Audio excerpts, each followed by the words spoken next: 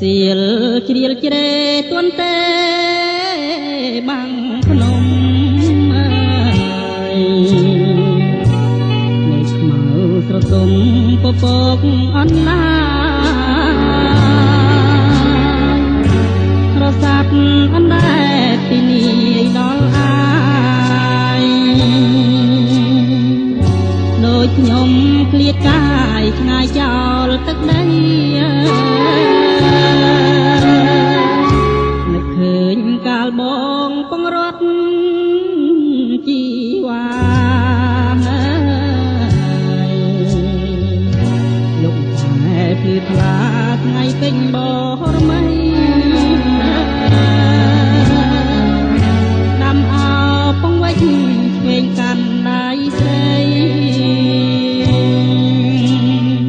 ទ្រូងញោព្រួយភ្នែកប្រពន្ធក្រៀមក្រហមសន្សើមផ្លេកផ្លេកលាចោកចំដីបងថ្នាំងធ្នមស្រីក្រំដើមរៀងភ្នំលើមាត់ឆ្លុះត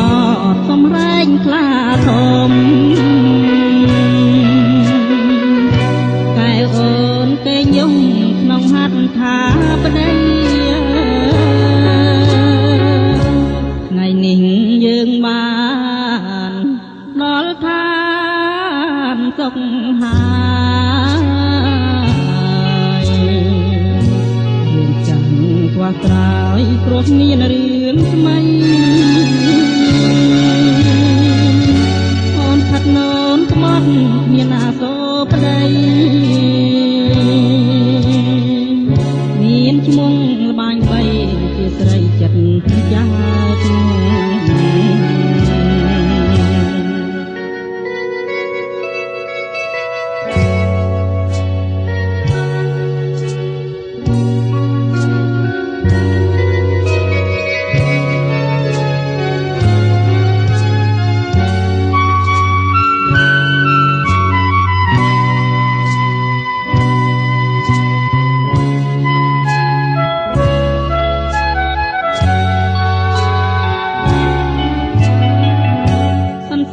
ផ្លេកផ្លេកលាចោកចំដី